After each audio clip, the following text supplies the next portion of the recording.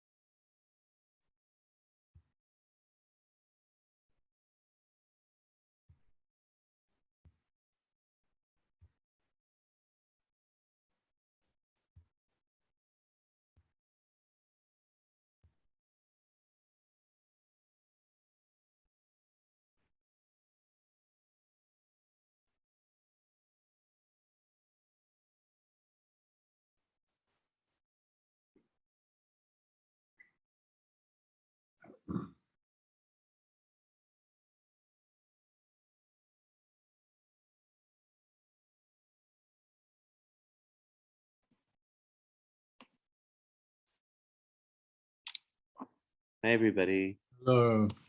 Nice to see you. Okay. So let's just take a minute to ground and get settled while we're waiting for everybody to arrive.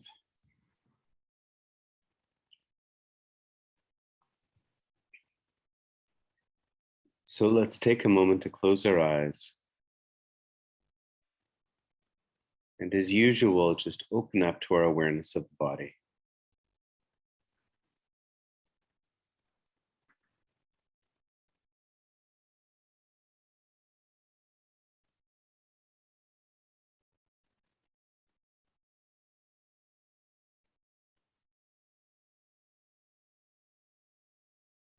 Sitting here with your eyes closed, excuse me, how do you know that you have a body? What are the sensations that make you aware that you have a body sitting here? Just open up to all of those sensations. Let them arise into consciousness and relax into them.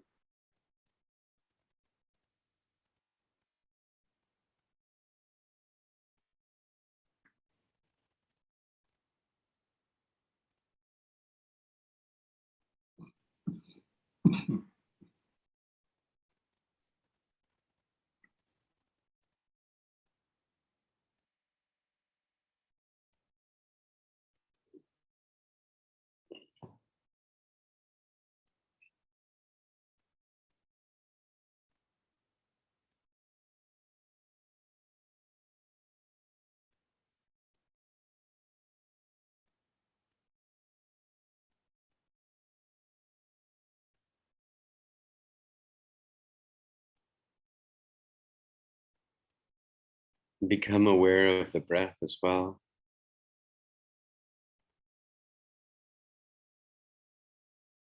The sensations of the body and the rise and fall of the breath.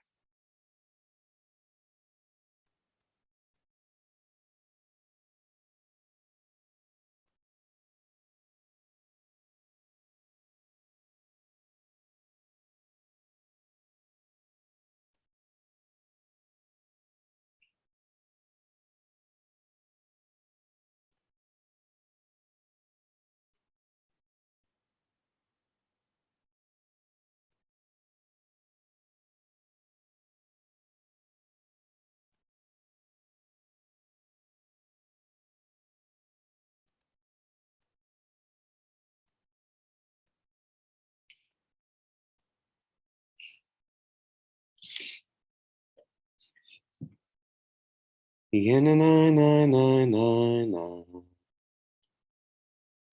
Yana na na na na.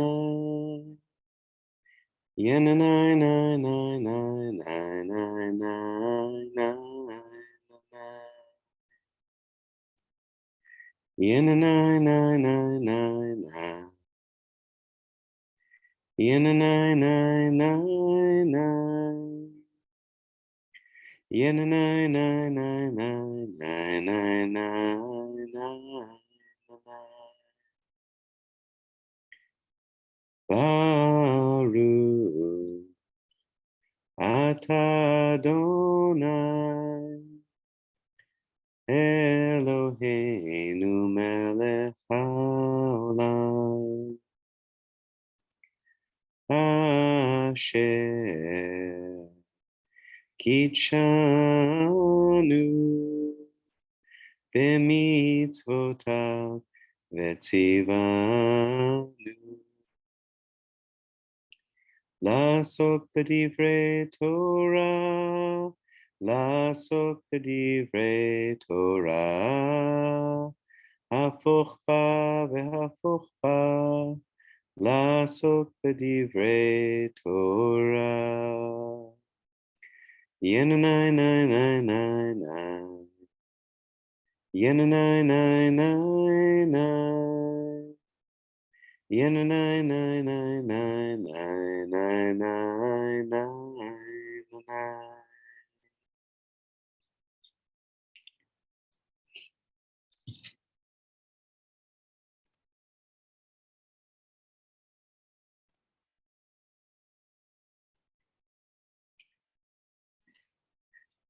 So hello everybody.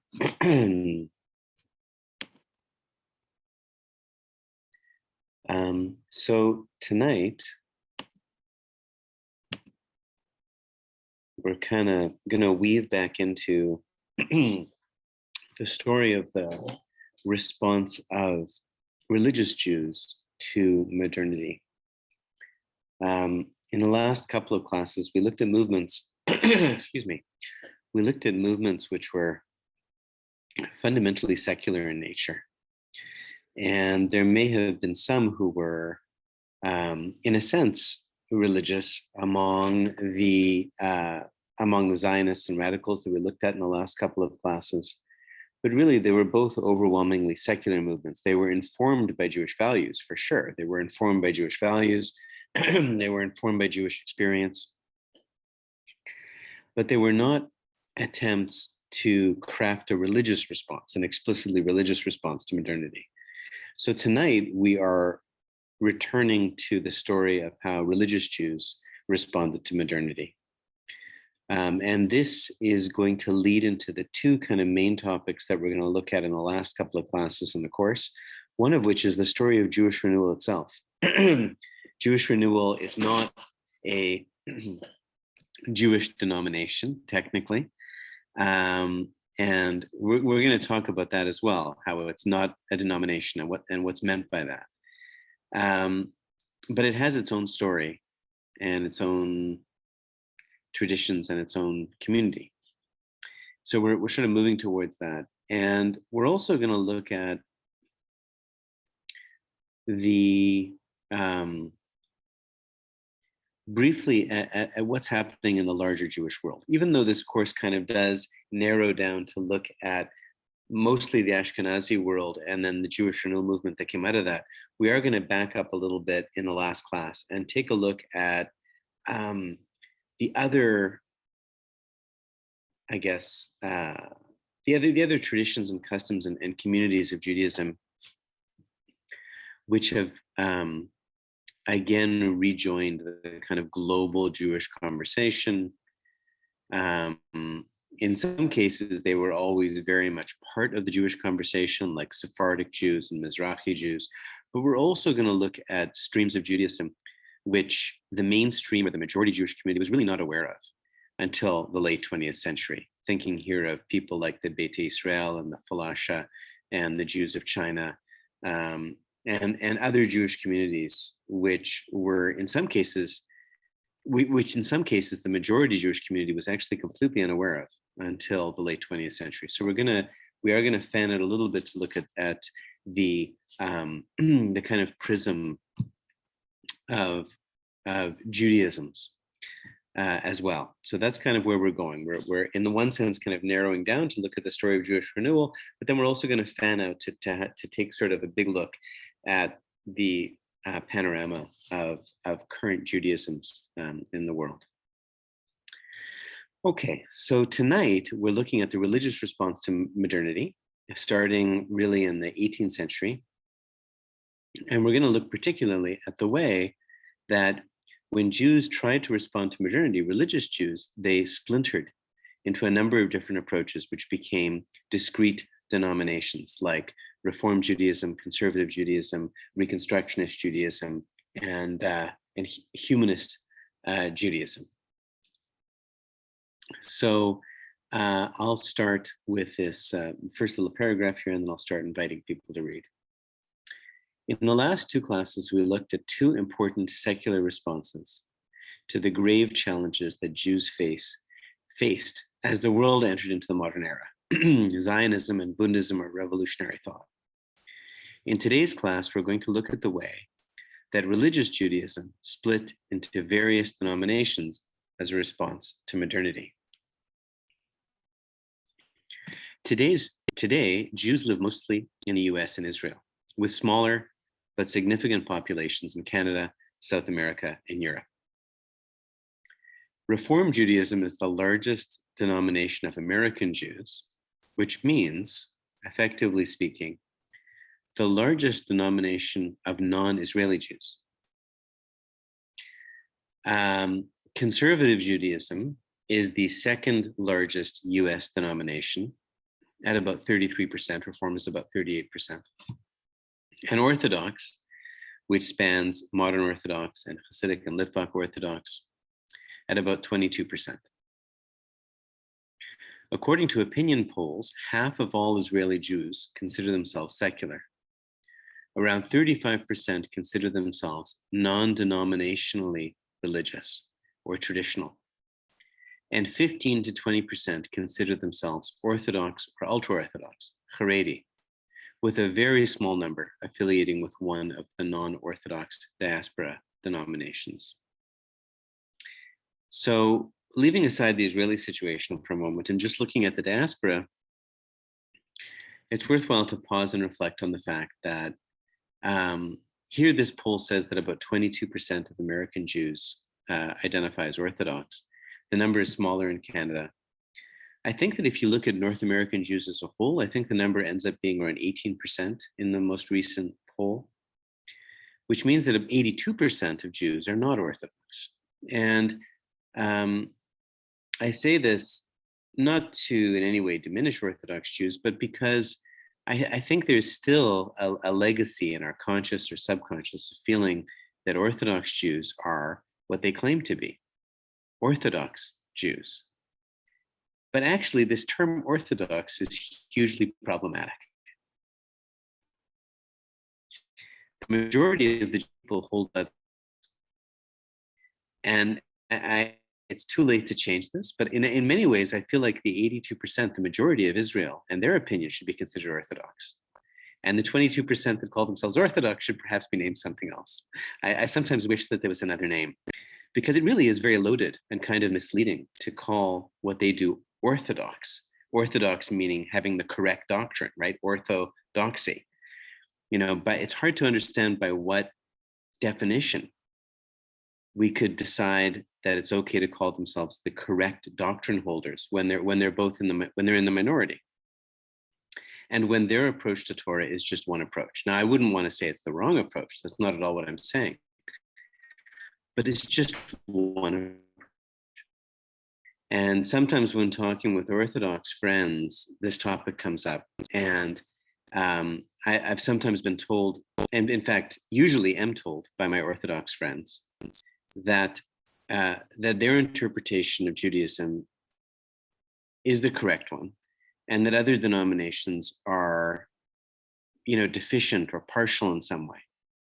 And the argument that I like to make is that different Jewish denominations seem to specialize in different mitzvot. So the Orthodox, in a way, in my opinion, they specialize in the ritual mitzvot. They specialize in kashrut, in Shabbat, and in, they're probably the only ones who pay attention to shatnez, not mixing different types of fabric and certain other very particular ritual mitzvot. But when it comes, for instance, to loving the stranger, I would argue that generally speaking, the Reform movement does a much better job of loving the stranger than the Orthodox do. And when it comes to other, ethical mitzvot, Some of the other movements focus on these interpersonal or ethical mitzvot, I think, much more than they're focused on in the general Orthodox community. And you could argue that the Jewish renewal movement focuses on dveikut. That the renewal movement has a particular focus on the devotional mitzvot and kind of specialize in that. And then and you could argue also that there are certain other ethical mitzvot, like for instance, kivod habriot, the honoring of all creatures and ecological sensitivity is maybe a particular focus in the Jewish renewal movement as well. Anyway, I just think that that is an interesting way of framing it, and a way perhaps of seeing us as all part of one family with different specializations, as opposed to seeing one group as orthodox, which I think is kind of a nonsensical definition, and others as not orthodox. I think that we're all Orthodox Jews. I think that the most accurate way to put it really would be to say that all denominations are Orthodox, but that we all focus on different aspects of Torah. Okay, so that's my that's my little introductory rant. I'm going to leave it there. Let's continue to talk about denominations. So in Canada, 60% of Jews affiliate with one of the three mainstream denominations, meaning conservative or reform or Orthodox. The largest being conservative, followed by Orthodox or modern Orthodox, and then reform. So it's a very different picture in Canada, where you have conservative, then Orthodox, then reform. In the US, you actually have reform, then conservative, then Orthodox. It's quite different. 30% are not aligned with any particular branch, including some who say that they are just Jewish. And 10% report belonging to smaller Jewish movements, including Reconstructionist, Humanist, or Renewal. Okay, so how do we get here into these many different denominations and these differences? Hannah Wask, would you like to read from prior to the 19th century?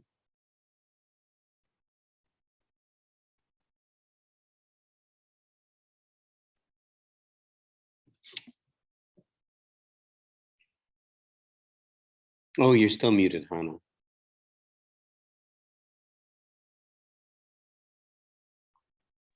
Sorry, I unmuted the wrong button. Prior to the 19th century, Jews were split not by sects or denominations, but by different ethnic and cultural lineages: Sephardic, Ashkenazic, Galicianer, Litvak, etc. The rabbis' creation of Talmudic Judaism between the 4th and 7th century was enormously successful. Though the Karaites broke off as a sect rejecting the Talmud, most Jews recognized Talmudic Judaism as simply Judaism, with the exception of a few communities who lived outside the scope of the Jewish mainstream. In the 19th century, though, again in Germany and Middle Europa, that epicenter of Jewish dynamism, something new began. After the break into Hasids and Litvaks, the Muskils attempted to modernize Judaism in response to two pressures. One, the gradual opening of European society to Jews, and two, the widespread dysfunction in Jewish culture, which had resulted from trauma, poverty, and isolation. When the traditional world rejected their efforts, Muskils centered in Germany, well on their way to integrating into European culture, created their own Judaism, Reform Judaism. Thanks, Hannah. Sandra, would you like to read from in the late 19th century? In the late 19th century, beginning in Germany, this movement argued that it was time for Judaism to shake off its traditionalism and to evolve. Many of them were influenced by Moses Mendelssohn's friend Immanuel Kant, who argued that it was time to abandon the pretensions of metaphysics and mysticism and to pursue a rational, this-worldly religious life grounded in ethics and an abstract moral God. It is popular in some circles to see Moses Mendelssohn as the godfather of Reform Judaism. To some extent, this makes sense.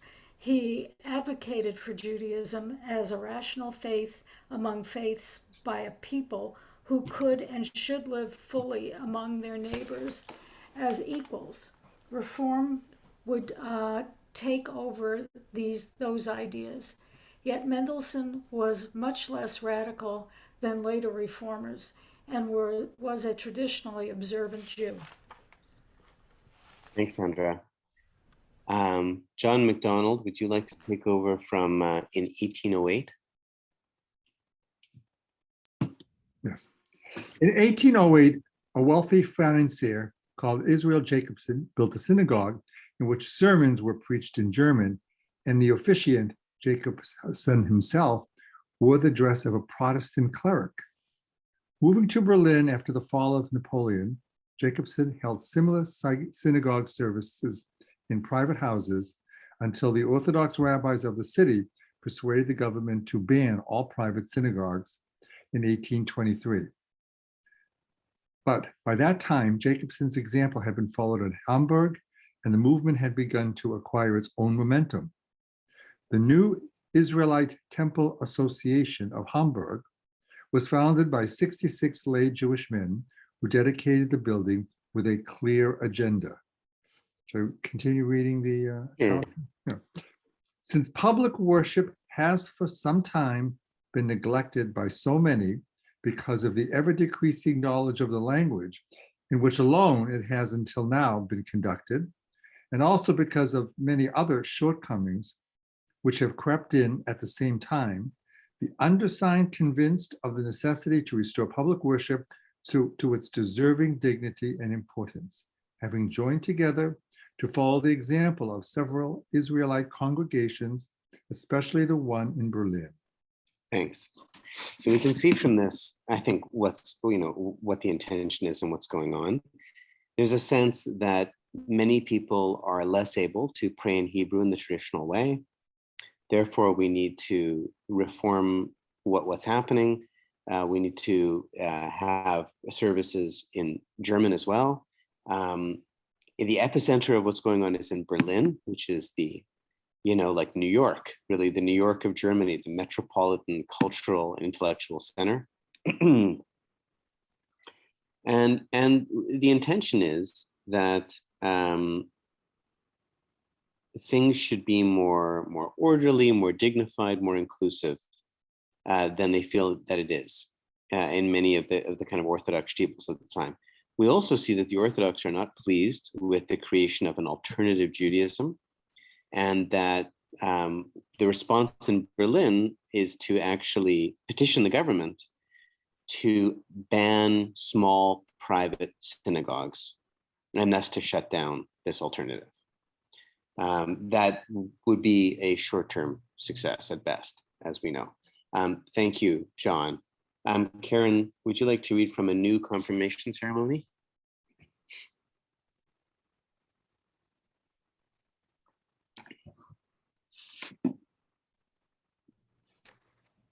Okay, a new confirmation ceremony at the age of 16 was introduced. The new ceremony, for which the liturgy was fluid, was felt more appropriate to the times than the bar mitzvah at the age of 13, because the child was more genuinely able to take on adult responsibilities at an older age. It was open to girls as well as to boys, in a break with the Orthodox practice of the time. Thank you. So, the Catholic confirmation ceremony is clearly and some Protestants have confirmation ceremonies as well, and that's clearly the model. And they're thinking, listen, that seems to make more sense. At 16, they're more capable of serious kind of intellectual commitment than at 13. In all fairness, the age of 16 probably does represent the intellectual and moral development of kids in the modern world better than 13. 13 is perhaps a little bit more in keeping with an older time in terms of where kids are at.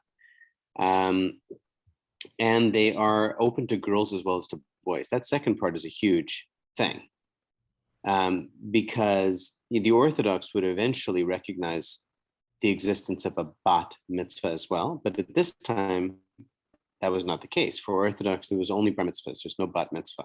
It's the Reform movement who invent the bat mitzvah, which then comes to be accepted by all of the different Jewish denominations. Thanks, Karen. And Pam, would you like to read from two further conferences? Sorry, I don't have the. Oh, no problem. Pam, do you have access to the course page? Do you know where to find it? Yeah, okay. I just want to make sure that you did know. Okay, thanks. Okay, Stuart or Louise, would you like to read from two further conferences?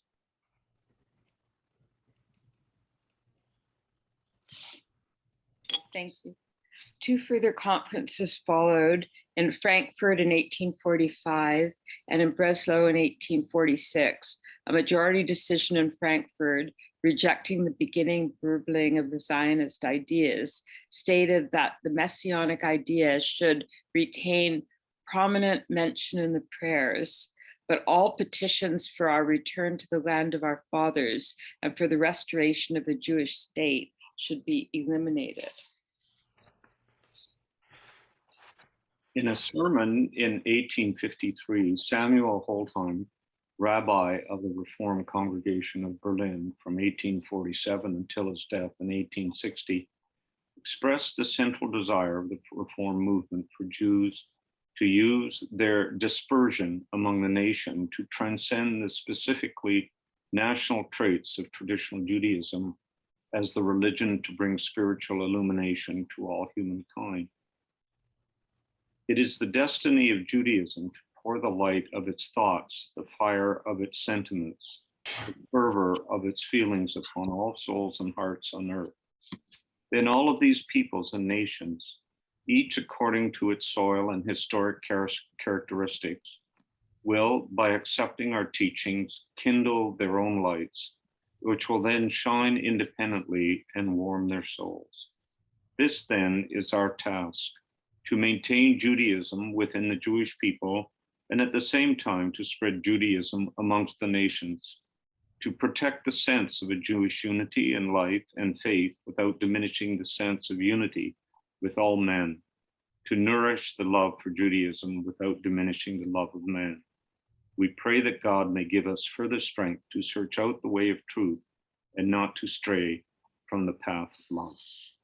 Thank you. Can So I this ask is a the key, question? yeah, sure, Sandra. Yeah, I just want to say, so this is the key vision of Reform Judaism, is to retain the Jewish mission, the Jewish insights, the Jewish ethics, while developing a more universalist focus and a sense that, the Jewish mission is to awaken Jewish values and Jewish spiritual insights in all peoples, while those peoples still retain who they are. It's not that they'll become Jews, but to spread these values amongst all the cultures of the world. That's the the sense of the mission. Yeah, go ahead, Sandra. I've never heard it described that way before, and I was just wondering if there was any thought of proselytizing here. Right. So, I think as we've talked about before, originally, a long time ago, like in the time of Jesus, for instance, Jews were very, very active proselytizers. Jesus actually sort of makes fun of the Pharisees at one point and says, you'll cross heaven and earth to make one convert. But as Jews became a threatened minority in the Roman Empire, under Christianity, Jews under pressure abandoned proselytization because it was a crime. It was a capital crime to convince a Christian to become a Jew. Later on, it also became a crime to convince a Muslim to become a Jew. And so Jews abandoned the idea of proselytization, not because it was against our values, but because we would be punished or killed if we convinced people to become Jews. The reform, but the reform movement is definitely not talking about proselytization. I mean, I think they probably would have been more open to people converting to Judaism than Orthodox, and certainly the reform movement and the conservative movement and Jewish renewal and reconstruction, everybody is more open to people being Jews than the Orthodox, who seem to make conversion to Judaism a kind of a grueling, torturous process. But everybody else is certainly much more open to it. But I don't think that's what they mean here. They're open to it, but I think what they mean is spreading the values and the insight, so that, you know, a person who's a Christian or a Muslim, or perhaps neither of those things, perhaps an animist or a Buddhist or whatever they are, will learn from the Jewish insights and wisdom while still remaining what they are. I think that's the idea here. Yeah. Okay, thanks. John, first, do you want to read from the Berlin community? Sure. The Berlin community transferred the Sabbath from Saturday to Sunday and permitted intermarriage between Jews and Gentiles, distinguishing between the eternal ethical teachings of Judaism and the ceremonial laws it believed were no longer applicable in a modern age. Just as a sidelight here, it's interesting how reform, even in my day, has become more traditional. Yeah, and we're going to touch on that. We're going to touch on that trend. Because at my Reformed temple, I was bar mitzvahed at 13, but previously there had been confirmation. Yeah, that's right. Absolutely. They've definitely woven back a lot of the traditions, which we're going to touch on that development soon. Yeah, thanks, John. This was the most radical expression of the movement. The Orthodox attempted to resist reform, writing polemics, attempting legal action, and very rarely resorting to violence. In Lemberg, in September 1848, an Orthodox Jew named Abraham Bar Pilpul killed the Reform rabbi of the town, Abraham Cohen, by slipping into the kitchen and poisoning the family soup with arsenic. Yeah, Probably wasn't kosher soup to start with. So. Probably not. Yeah. So, you know, it's you know, we discussed this disturbing, you know, I mean, when we talked about Zionism, we discussed this disturbing belief taught by Yoel Teitelbaum, the Satmar Rebbe, that that the Holocaust was a punishment for Zionism. Whatever one might think about Zionism, I think, you know, the idea that God could bring the Holocaust as a punishment for it is a disturbing idea. You know, I certainly find it very disturbing and an unsettling theological point of view, to say the least. But it's also interesting to note that I recently, I guess this is about 10 years ago, somewhat recently, was in an Orthodox bookstore, and I picked up a book of Orthodox theology on the Holocaust, which argued extensively that the Holocaust was a punishment for Reform Judaism. So, you know, the degree of Orthodox resistance to alternate Judaism should not be underestimated. I mean, I know many individual Orthodox Jews who are very tolerant and very pluralistic and who understand the role of other Jews. But generally, as a group, the degree of particularly resistance among the ultra-Orthodox is very, very intense and continues to be very intense. I don't think that's the case among modern Orthodox Jews so much, but certainly among the ultra-Orthodox, the resistance is intense and has been for almost 200 years now. Okay, thanks, John. Chloe, would you like to read from both historians and theologians? Yes. Both historians and theologians did their best to minimize the mystical traditions of the Kabbalah, denigrating or ignoring such practices as unworthy of lofty religious ideals. In Italy, however, the famed Eliyahu Ben-Amozeg, thanks, claimed that the Kabbalah deserves a status equal to the Bible and the Talmud, and argued that since Judaism contains all the universal truths scattered throughout the religions and myths of other peoples, Jews must take a lead in encouraging universal belief in monotheism. And again, Ben-Amozeg, known as the Plato of Italian Jewry, was highly esteemed by non-Jewish readers for his attempt to demonstrate the affinities between Judaism and contemporary Italian philosophers. His major work in Hebrew, a commentary on the Pentateuch, Chumash, published between 1862 and 1865, incorporated academic evidence from comparative philology and archaeology. It evoked such strong hostility in parts of the rabbinic world, however, that in Aleppo and Damascus, copies were burned in public. Thank you.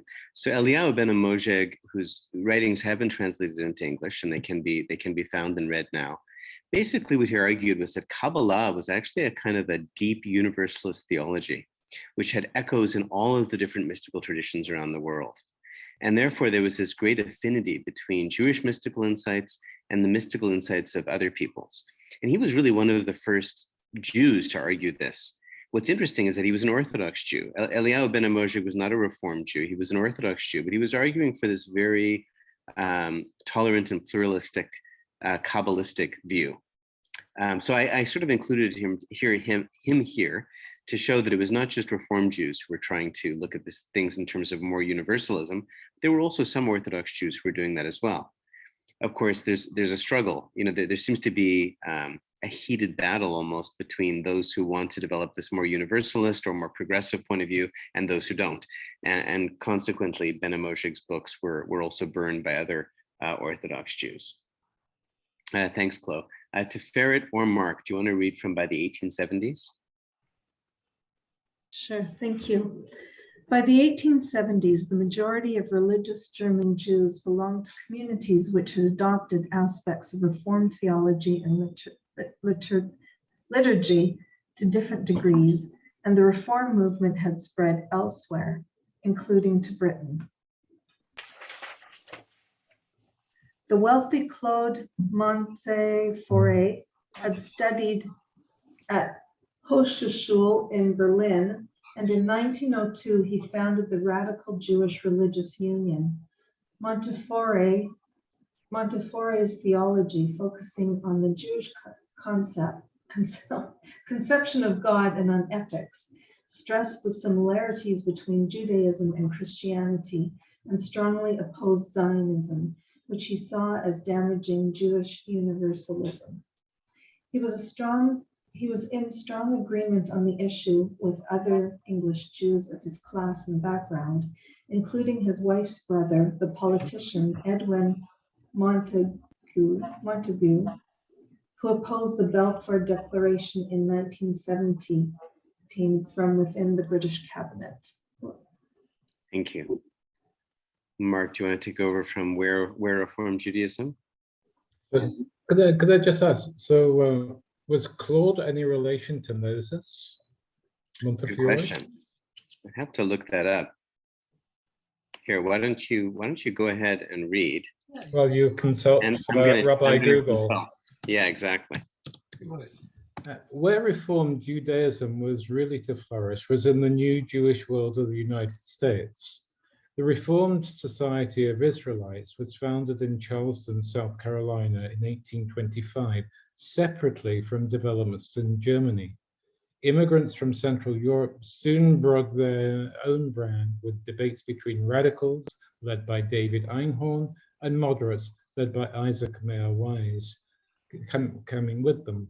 Einhorn championed services on Sunday, organ music, and uncovered heads, and believed that ritual elements in Judaism were a hindrance to understanding the real meaning of revelation, that the Talmudic law was no longer authoritative. His prayer book, Olat Tamid, 1856, omits reference to the revival of sacrifice, return to Zion, and the resurrection of the dead. Isaac Mayer Wise had an agenda for universal faith based on monotheism, in which the ideas of Judaism, in which he included the Talmud as well as the Bible, would play a leading role, and which would embrace all sectors of Jewry. He was a rationalist Judaism. His was a rationalist Judaism in which an academic lecture each Friday evening played a prominent role. English was the main language of prayer. From his base in Cincinnati, Wise had, by 1873, organized 34 Reform communities in 28 cities in the Union of American Hebrew Congregations. With the support of the Union, Hebrew Union College, the Reform Seminary to this day, with the support of the Union, Hebrew Union College, the Reform Seminary to its day, was founded in 1875 in the basement of the Cincinnati Synagogue for the training of American Reform rabbis, with Wise as its president. Thanks. So this is really the creation of American Reform Judaism that we're talking about at the moment.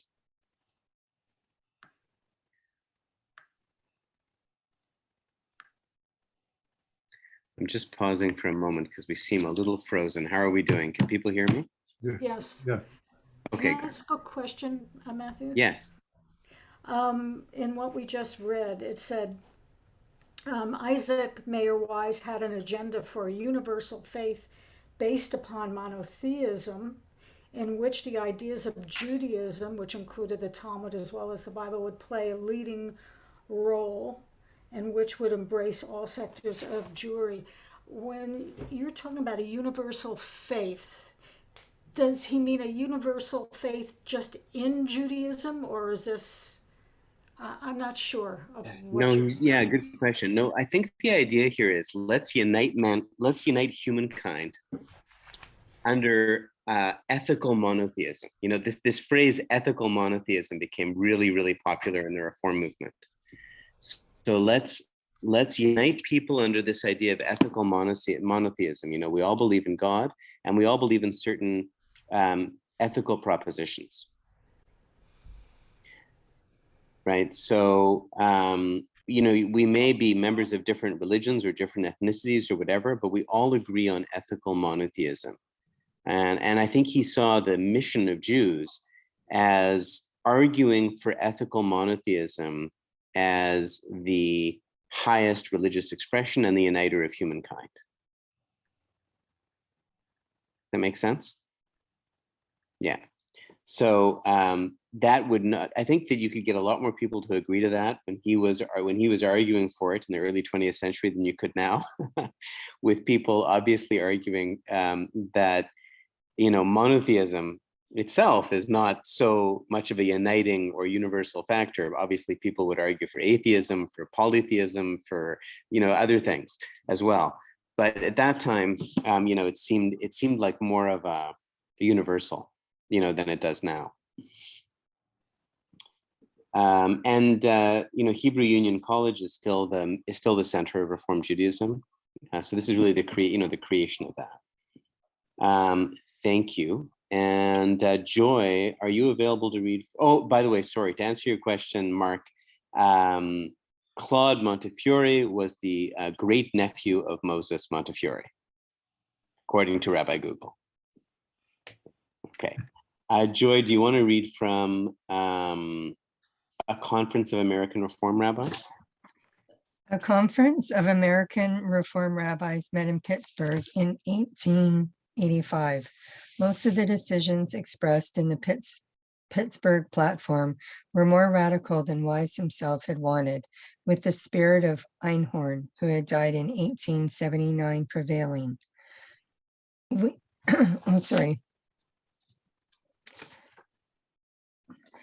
We hold that the modern discoveries of scientific researches in the domains of nature and history are not antagonistic to the doctrines of Judaism.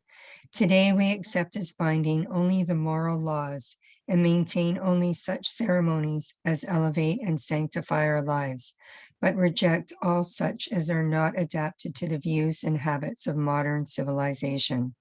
We hold that all such Mosaic and rabbinical laws as regulate diet, priestly purity, and dress originated in ages and under the influence of ideas altogether foreign to our present mental and spiritual state. We consider ourselves no longer a nation, but a religious community, and therefore expect neither a return to Palestine nor a sacrificial worship under the administration of the sons of Aaron, nor the restoration of any of the laws concerning the Jewish state. We reassert the doctrine of Judaism that the soul of man is immortal. We reject his ideas not rooted in Judaism, the belief both in bodily resurrection and in Shehinah in Eden, heaven and hell, as abodes for everlasting punishment or reward. We deem it our duty to participate in the great task of modern times, to solve on the basis of justice and righteousness the problems presented by the contrasts and evils of the present organization of society. Thank you. So we really, this is, I think, a really great summary of the kind of basic worldview that developed in Reform Judaism, with a big emphasis on social justice and ethical monotheism, and a rejection of concerns about the afterlife, about mysticism, the resurrection of the dead. Originally, a rejection of Zionism as well, although, as we'll see in a moment, that was to change quite a bit. So, okay, let's continue reading. Thanks, Joy. Veronica, are you available and willing to read from the above statement? The above statement is the root of the inaccurate belief among many North American Jews that Jews do not believe in heaven and hell, something many were taught by the Reformed community. In fact, Jews have had beliefs about heaven and hell, very complex, elaborate, and well-articulated ones, for almost 2,000 years, and also speculated about reincarnation for centuries. The Reformed community's rejection of these beliefs in the 20th century was, however, very influential and widespread. The platform is also notable for its rejection of Zionism. The Pittsburgh platform was adopted by the Central Conference of American Rabbis, which Wise established in 1889. The CCR had also denounced Zionism after the first Zionist Congress in Basel in 1897. Thank you. I'm going to read this long one about Hermann Cohen because it's a bit long and I want to explain a couple of aspects to it. So Hermann Cohen is a bit forgotten today, but he was a very, very important Jewish philosopher in the late 19th century. Hermann Cohen, who was perhaps the most important Jewish philosopher of the 19th century, tried to, and was associated with the Reform movement, tried to demonstrate the compatibility of Kantianism, the philosophy of Immanuel Kant, with notions of the nature of Judaism as they were being developed by the Reform movement. In the 19th century, Kant had a huge influence, and he was really sort of seen as almost the prince of philosophers in a way that, like Aristotle was seen as the prince of philosophers in the time of the Rambam. So you can almost compare Maimonides integrating Aristotelianism into Judaism with Hermann Cohen integrating Immanuel Kant into Judaism. The son of a cantor and originally expected to become a rabbi, Cohen became a philosopher at the universities of Breslau and Berlin. He stressed the dignity of humans, holding that human freedom does not contradict the laws of causality and natural science, because ethics and science belong to two different systems which coexist. This is a big debate of the time. Is everything determined materialistically, or is there still room for human freedom? And he argued that there was. Cohen assumed that religion is necessary for ethics.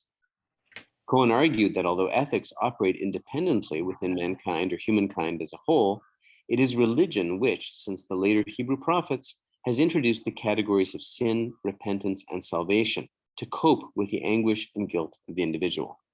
Cohen argued this was one of the main functions of religion. In other words, you can tell people you should be good, here's how to be good, but religion provides a framework for people to actually process their struggle to be good, and to have the sense of teshuvah, the sense of the ability to repent and to find forgiveness. And he felt that it was religion which provided with people with a way to cope with the human struggle to be good. In his last and most influential work, Die Religion der Vernunft aus den Quellen des Judentums, The Religion of Reason Out of the Sources of Judaism, published posthumously in 1919, he drew on biblical, midrashic, and liturgical Jewish texts to present a new view that God is pure being, I am that I am, and that the incomplete world, which is in a state of becoming, not being, is related to God by the Ruach HaKodesh, or Holy Spirit. So God is pure being, we're in the world of becoming, but the connection between the two is the Ruach HaKodesh. According to Cohen, humans collaborate with God in the work of creation.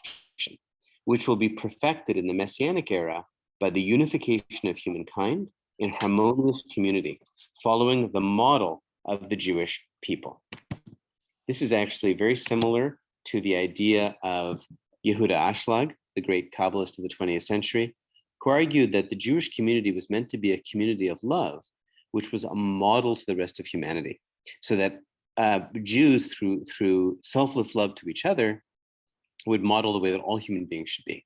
And that the ultimate point of Judaism was not Judaism, but was humanity. This echoes something that I remember still a Litvak rabbi said to me many years ago. We were discussing this, and he said, who's more important, the teacher or the student? Right? And the answer was the student. And he said, so Jews are the teacher. And of course, one may object to this on other grounds, but he said, Jews are the teacher and humanity is the student. But what is the goal? What's more important? The student. Humanity is more important, right? Jews are just instrumental. We're here to accomplish certain things within the body of humanity, but the point is the human being, right? So, there are, one may still find that perhaps elitist in some way, but that was the idea of Hermann Cohen, and also in the Orthodox world of Yehuda Ashlag. For Judaism to provide such a model, it is essential for Jews to follow Jewish tradition and law to some extent. But as Kant had insisted, the law must be followed freely out of a sense of duty. At the same time, Cohen argued that Judaism is not the only such model. To the degree that other religions foster dignity by their concerns for other humans and for God, Cohen claimed that they too have a share in reason. So Cohen was not seeing Judaism as the only community teaching these lessons, but for him, Judaism was kind of the supreme model. So to the extent that other communities have the same values, they're also, in his eyes, legitimately teaching the religion of reason, which is basically religion which honors and serves human dignity and love for God. Okay. Hannah Wask, would you like to read from Some in the German Reform? Yes, thanks. Some in the German Reform followed Schelling and Hegel in arguing that the progressive self-realization of spirit is unfolded in history and that all history has a religious dimension. The Reform leader Solomon Formstetter reinterpreted Schelling's notion of a world soul manifest in nature by identifying this world soul with God, arguing, however, that another manifestation of the world soul is spirit, which is self-consciousness and freedom. The religion of the spirit is the religion of the Jews, which has developed towards greater universalism, a process nearing its culmination with the emancipation of the Jews by modernity. Thus, Jews needed to prepare themselves for the emergence of the absolute truth of spiritual religion by stripping Judaism of its particularistic elements, its ceremonial law, and any tribalism or nationalism. Right. The basic argument here is that God is progressively revealed in history. So as humans develop, the understanding of God develops, and the truth of the being of God is more and more revealed. And the argument here is that this has happened in Judaism, which began more tribalistically, more nationalistically, but as it's understood God and itself more, has become more and more universalistic. And the argument is that this is happening all over the world, and that this is the way that humanity is evolving. And so therefore, Jews also have to throw off any nationalist or tribalistic sense of what's going on and embrace a more truly universalist expression of Jewish principles. That's basically the argument. Okay. Thank you. Sandra, would you like to read from just a year after Formstetter's book? Yeah.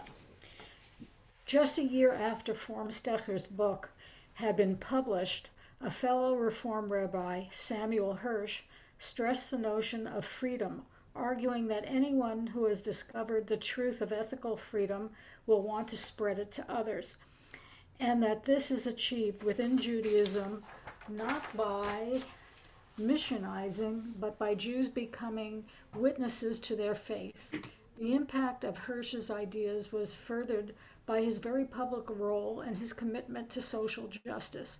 After serving as chief rabbi of Luxembourg, he moved to Philadelphia, where he presided over the first American Conference of Rabbis and played an important role in the discussions which produced the Pittsburgh Platform. Should I continue? Thanks. I just want to jump in for a second. So the difference here is that Hirsch is arguing what is the best way for Jews to spread these values? By being true to our own religious witness. In other words, not by going out and convincing other people, but just by really living our own religious principles. This is the best way to spread the message. Okay, yeah, go ahead, Sandra. Go ahead and read that message. Okay. Leo Beck was another huge figure within the Reformed Judaism in Germany in the first half of the 20th century. He advanced Hermann Cohn's idea of Judaism as ethical monotheism. Beck argued that Judaism is committed through a concrete spirit to moral action which brings freedom through obeying the commandments, in contrast to the abstract spirit of the romantic religion of Christianity, which brings freedom through grace. If you could talk about that after, I appreciate it. As the head of all German Jewry from 1933, following the Nazi decrees against the legal status of German Jews, he declined all opportunities to escape until he was deported to Theresienstadt concentration camp in 1943. In London after 1945 and intermittently in Cincinnati until his death in 1956, he continued to teach that the religious role of Jewish people is achieved through the fulfillment of ethical duties between human beings. Thank you. So some of these ideas may be quite familiar to a lot of us. Basically, what he was arguing is that there's a difference between Christianity and Judaism. Christianity is the religion of faith and grace. It's abstract, it's about doctrine and ideas. Judaism is the religion of action. The way that we do Judaism is through concrete actions of serving other people.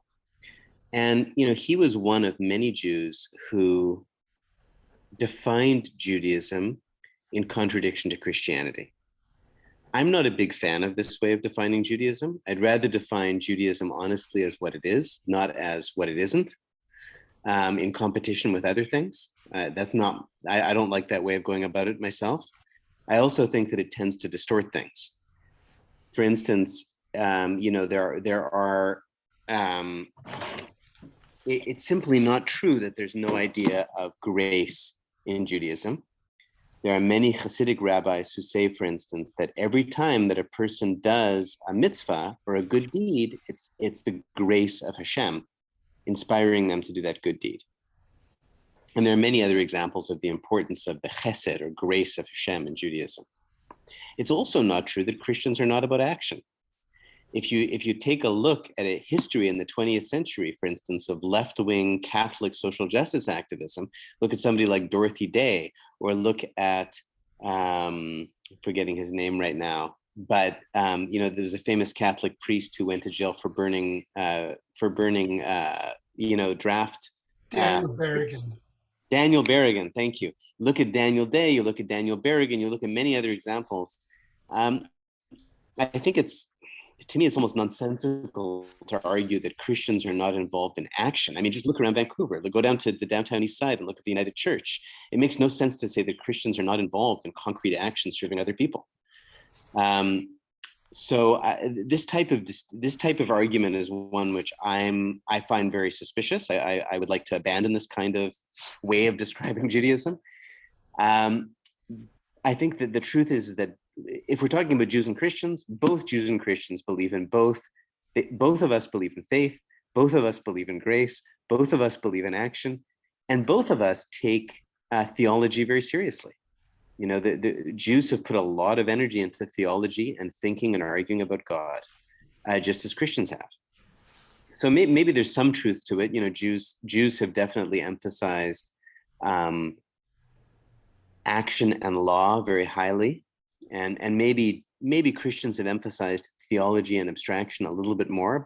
But I think that I don't know. I think that trying to draw these kind of comparisons is really questionable. Historically, Beck is arguing against German Lutheranism. Right. And so the Lutherans of the Christians are people put forward grace rather than works as a most important part of their theology. Absolutely. That's a good point. He is engaging with German Lutheranism. I agree with you. And I have the same, I have the same criticism of Christians, of course, who, for instance, I've come across some Christian theologians who argue that the emphasis on monotheism is inherently, what's the word for it? Like tyrannical or absolutist, whereas a theology which embraces Trinitarianism is inherently loving and pluralistic, as an example. And I think that's a very specious argument, and you could bring just as much evidence against it as they bring for it. And so I don't mean to single out Jews. I think that everybody does this. You can find Muslim theologians, Jewish theologians, Christian theologians who like to set up this kind of straw man. They do this, but we do this. And I think the whole thing is very questionable. We have much more in common than I think separates us. Anyway, that's another little rant of mine. But I think that's what's going on here with Beck, and with his stress on concrete action versus grace. I don't know if that answered your concern, Sandra, if I was just going off on a tangent. Was that what you were sort of pointing to? You're unmuted now. Actually, you were unmuted, so you can just speak. I just wanted a definition of what was going on here, an explanation, and I think you've given it. Okay, thanks, Sandra. And Teferet, I see you've got your hand up as well. Yeah, just to say that from Ephesians 2, chapter 2, verse 8 to 9, it's God's word says that we are saved by grace through faith in Jesus Christ, not by our own efforts or work. Right. So faith and grace are very much connected in the Christian world in ways that I think are quite different to the Jewish world. And that the endeavor was to get rid of the law. So we replace grace. Grace replaces the law. So I feel like I hear what you're saying, but I could bring James, where he says faith without works is dead. Yeah. Well, yeah, you could, but I know how I was raised. No, sure, but you were raised in one Christian denomination. So I want to. So I'm representing what I was raised. Sure, but the Christian world is incredibly diverse. So I think the Protestant Reformation, famously stressed grace over works. But to say that, and I understand where you're coming from, because certainly in the Protestant world, the stress on grace, not works, has been quite strong. Again, even that's too broad. If I say in the Protestant world, I'm misrepresenting it because I'm leaving out Methodists who don't view it that way. I'm leaving out Anabaptists who generally don't view it that way. Mennonites, Hutterites, Amish. We belong to a Mennonite church too, so yes, they do.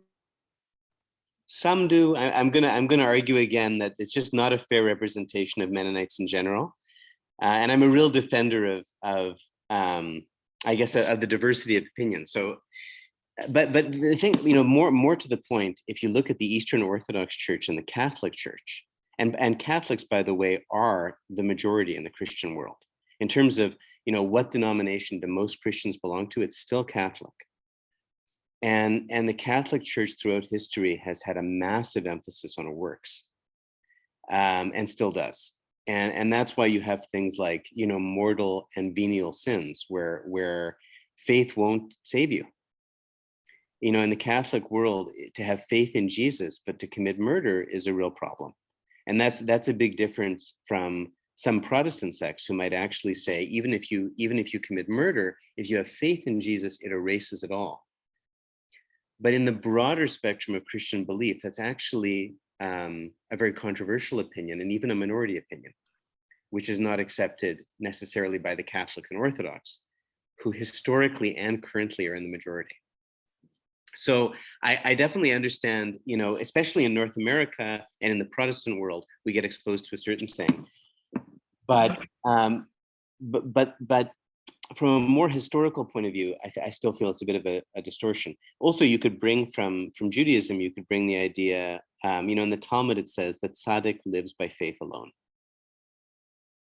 So, it's my point here is not so much to argue against one opinion, but just to make it complicated. So I'm being like troublemaking. I think the reality is complicated, and I'm suspicious of oversimplifications. But thank you to Ferret. I definitely understand that there are many Protestant denominations who would present it exactly as you did. And I know that there are many Christians who grow up being told that faith alone is what saves and everything is done by grace, and that works are not relevant. And I know that that's an important voice in the Christian tradition. Okay, so I think we're at, in America, Reform Judaism continued to evolve.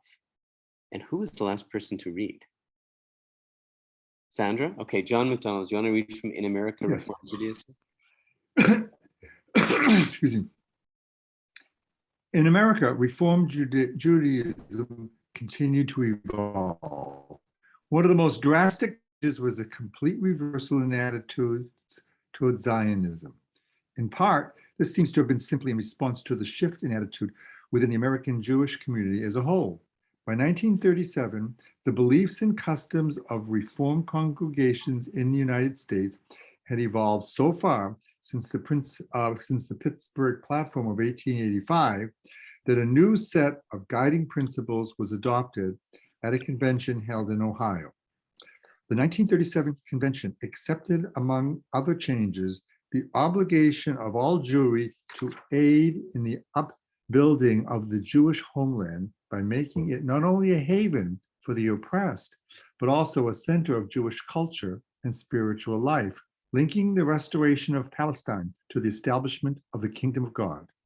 In striking contrast to their predecessors in Pittsburgh, the rabbis in Columbus also stressed against the importance of customs, ceremonies. Again, the importance. They stressed again the importance. Again, stressed the importance of customs, ceremonies, religious art, and music, and the use of Hebrew in worship. The perpetuation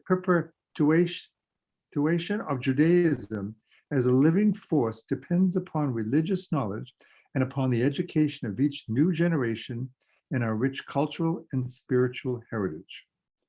Judaism as a way of life requires, in addition to its moral and spiritual demands, the preservation of the Sabbath, festivals, and holy days, the retention and development of such customs, symbols, and ceremonies as possesses inspirational value, the cultivation of distinctive forms of religious art and music, and the use of Hebrew, together with the vernacular in our worship and instructions. It seems that the quest to remake Judaism along rational universalist lines outpaced the desires of the community, and the ritual, linguistic, and the nationalistic elements of traditional Judaism were rewoven into Reform, a process which has only increased in the decades since. By 1937, Zionism was quite successful politically and financially, and many American Jews had become supporters of the project. Support for Zionism in Reform circles has likewise steadily increased in the decades since, and today Reformed Jewish institutions are known for their staunch Zionism. Thank you. So I've spent a long time on Reform here because the Reform community is the largest community in North America and also has had a huge influence on the whole trajectory of Judaism in North America. And we're going to take a little look at the positions on women, lineality, and LGBTQ+ in Reform, and then we're going to look at the history of the other denominations. Thanks, John. Karen, would you like to read from under women, lineality, and LGBTQ+? The Reform principle that women have full equality in synagogue ritual and government led eventually to the ordination of a woman rabbi, Sally J. Presund, in 1972, Ordination of a woman rabbi had already in fact occurred in Germany, where Regina Jonas, who had studied at the Hochschule in Berlin, was ordained by the Union of Liberal Rabbis in December 1935 in a historic event. Excuse me. Her ordination was endorsed by Leo Beck, the Reform giant, in February 1942. She served briefly as a rabbi before being taken away to I never can pronounce that word. I think it's Theresienstadt. Theresienstadt. She died in Auschwitz at the end of 1944. Thank you. So the first female rabbi was in 1935, as we see here, and recognized in 1942 by Leo Beck.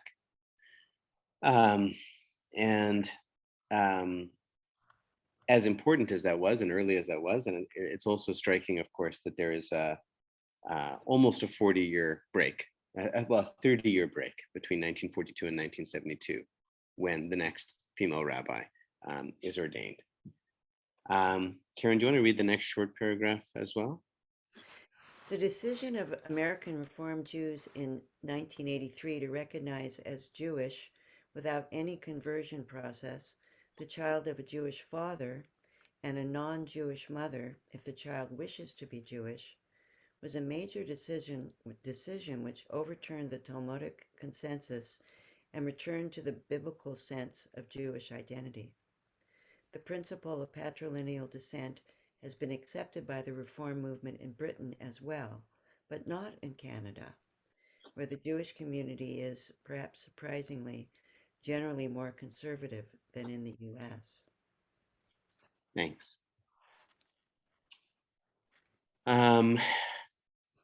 Stuart or Louise, do you want to read from Reform Judaism?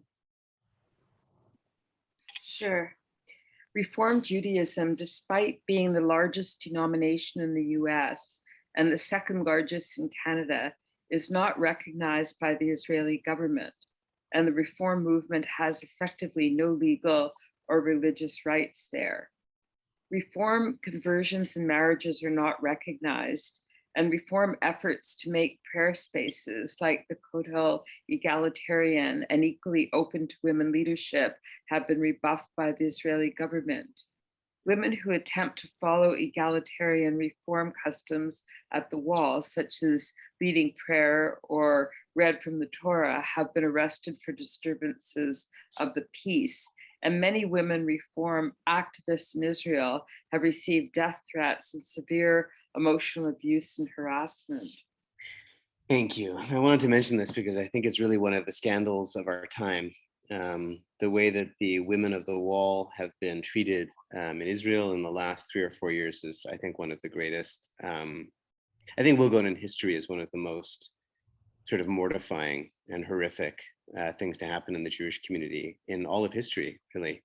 The extreme hostility which their attempts have been met with at the Kotel, the name calling, the throwing of objects, the harassment, the arrests, is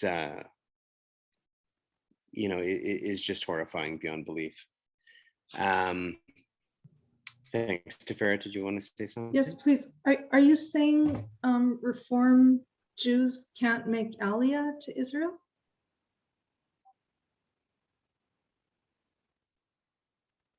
No. So all Jews can make Aliyah to Israel, but Reform. Renewal Jews can't. Renewal converts can't. No. Reform converts can't either. Yes, we can. Yes, reform can. Yes, I know. Yes, I know. And that's what we had a second conversion. Yes. No, anyway, we can all look it up. Yeah, sir, I would encourage you to. It's not the case. There's no non-Orthodox conversions that are recognized as such.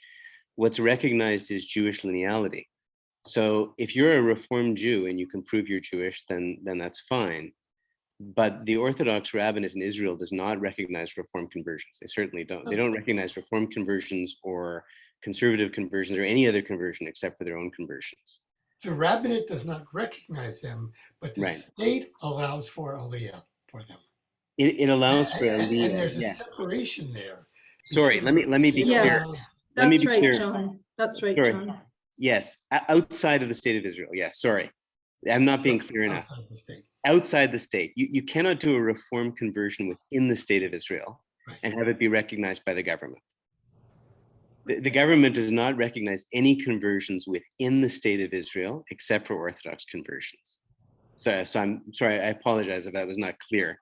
That's right. They may recognize conversions that have been done by non-Orthodox rabbis outside of the state of Israel for various political reasons, but they certainly do not recognize the right of any non-Orthodox rabbi to perform a conversion to Judaism. That's right. That's why within- my question was, can reform converts make aliyah? Right. Anyway. Sorry, yes. And of course, it's not that being a Reformed Jew is in and of itself a problem, but yes. So somebody who has been recognized. So there's a lot of funny things about this. So the Orthodox rabbinate in Israel has a blacklist of Orthodox rabbis whose conversions, when done outside of the state of Israel, they won't recognize. Right? So it's all very confusing. If you were converted by the wrong Orthodox rabbi, then your conversion will not be recognized by the state of Israel. But if you were, but you're right. If you were converted by reform, then your status as a Jew is recognized. There's a lot of there's a huge amount of debate and argument over this, and it's kind of Byzantine, I guess. You know, in the same way that if you're a Jew who converts to Buddhism, you can go to the state of Israel. But if you're a Jew who converts to Christianity, then you can't. So there's a lot of interesting aspects to this. Yeah, go ahead. do reform congregations do conversions in America? In America, yes. Because I thought I read earlier that they're not necessary. No, what I'm saying is that if you have a Jewish father, they're not necessary. Yeah. By US Reformed Jews, which is not the case for Canadian Reformed Jews. No. Yeah. I do know that. Yeah, indeed. Yeah, go ahead, I Sandra. ask a question? Yeah. I know about the blacklist. I was really shocked to hear that. And do you know what, if you're an American rabbi, I won't say in any particular denomination, what puts you on that blacklist? Do you have any idea? I can speak from personal experience because my mother converted to Judaism before I was born, and she was converted by a mixed rabbinate of Orthodox and conservative rabbis in Winnipeg in the early 1970s, when such a thing still existed. You never find Orthodox and conservative Jews sitting on the same rabbinical council now, but in the early 70s in Winnipeg, that still happened. And then my parents went on to have an Orthodox Jewish wedding. That also would not happen now. There's no way that an Orthodox rabbi would marry somebody who was converted by conservative rabbis to somebody who was converted, or somebody who was, you know, or Jewish by Orthodox standards. But anyway, that happened back then. And you know, when I as an adult became involved in Jewish practice again, you know, and I went to go talk to Orthodox rabbis, and they inquired into my lineage. You know, Hasidic rabbis in particular would say to me, "Who converted your mother? Wait, there was, who was it?" You know, and they would really want to know which rabbis and which council and all of these kind of things. And so at a certain point, there was a Hasidic rabbi who actually said to me, "Listen, you know, why don't you do a gerut lechumra, which is like a precautionary conversion, just so that there's no doubt and that nobody will ever question your lineality. Why don't you go do a gerut lechumra?" And I said, "Sure, why not? Like, fine, let's do it next Tuesday." And at first, you know, the Hasidic rabbi said, "Okay, fine, we'll do it next Tuesday," because he wasn't up on what was happening in the Jewish world. Then he made inquiries, and it was like, no, it's not so simple, you know. So I won't go into the whole story, but there was one Orthodox rabbi in Manitoba who we contacted, and he looked at the situation and he said, "Of course, immediately, let's do it immediately. You know, this person is the descendant of Holocaust survivors. They were raised in the Jewish community. They went to Jewish day school. They regard themselves as Jewish. The parents had an Orthodox wedding, you know, of course, right?" Anyway, that rabbi was blacklisted by the Israeli government and by the Beit Din, because of the fact that he was using these kind of, he wasn't stringent enough by them, right? So, you know, what was stringent enough? You know, when I was going through this process, I talked to the Toronto, the sort of head Orthodox Beit Din in Toronto, and they said that if I was completely committed to Orthodox Jewish practice, that still wouldn't be enough for them to give me just a precautionary conversion. You know, at the time, what they wanted to know was that my wife was also committed to absolute ultra-Orthodox Jewish observance. And if she was also, then they would do the precautionary conversion for me. So that was considered a kosher standard. Whereas this other rabbi, and his opinion was not stringent enough. And that rabbi later ended up on the blacklist. So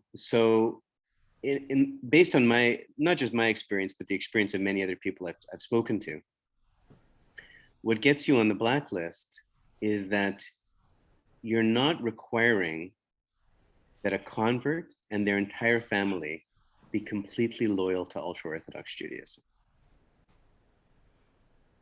So there have also been, you know, in Israel, there have been cases of people who were converted, and then the rabbinate found out that they weren't sending their children to an ultra-Orthodox day school. And there actually were retroactive nullifications of conversion. Are they blacklisting every modern Orthodox Orthodox Union rabbi then? That's what I don't think they're doing. No, but my experience of dealing with many modern Orthodox rabbis on this is that a lot of them go along with the ultra-Orthodox standards in order to avoid that. And this has become this has become a really, really, really problematic and divisive issue in the Orthodox world and everywhere at the moment. You know, and I know a lot of modern Orthodox rabbis who are trying to sort it out and who are trying to, who are working on this issue, but it's quite a mess at the moment. Yeah, Stuart? How does the prohibition that you've said exists in Israel fit with the fact that 50% of the Jews in Israel are secular? Right, indeed. It doesn't matter that they're, and this is the thing a lot of people struggle with, is that if those Jews have two Jewish parents, then they're Jewish regardless of their commitment to Jewish principles or values or the Jewish mission, right? Whereas somebody could be committed to those things, but could have one Jewish parent or no Jewish parents, and that's not kosher. This is the way the ultra-Orthodox deal with it. I don't want to misrepresent the situation. There are many, many, many Jews who feel differently.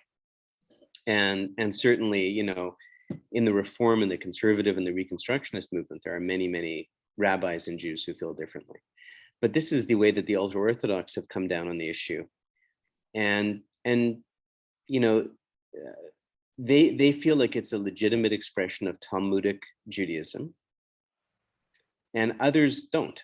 You know, others feel that it's what some people call hypernomian, which means that it focuses on an excessive punctiliousness about law and neglects the ethical spirit or the values or the ideals behind the law.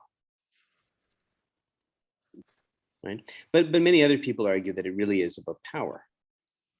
It's not really so much about law. It's about attempting to control what it is to be Jewish. You know, so if you are faithful to our particular definition, then we will allow you to be Jewish, and if you're not, then we won't. Right?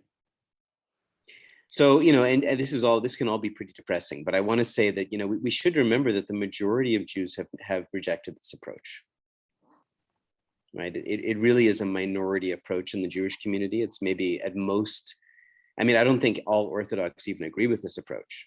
So it might be the approach of 10 to 15% in the Jewish community, with really most Jews arguing for a different approach. Okay, let's see if we can get back to the notes. I know that was a big digression. So looking again at the history of women in Reform Judaism, I think actually we were at Stuart or Louise, no, for reading? Yes, that's right. I'll pick it up. As early Thanks. as 1965, the women of Reform Judaism called for the decriminalization of homosexuality. In 1977, Reform's Central Conference of American Rabbis adopted a resolution calling for legislation decriminalizing homosexual acts between consenting adults and calling for an end to discrimination against gays and lesbians. In the late 1980s, the primary seminary of the Reform movement, Hebrew Union College Jewish Institute of Religion, changed its admission requirements to allow openly gay and lesbian people to join. In 1990, gay and lesbian rabbis were officially affirmed, and in 1996, same-sex civil unions. In 2000, a resolution followed, fully affirming sanctified Jewish unions for same-sex couples, and in 2003, a resolution affirming the full acceptance of trans and bisexual people, a stance confirmed and elaborated in resolution in 2015. Thanks. Louise, do you want to keep reading there?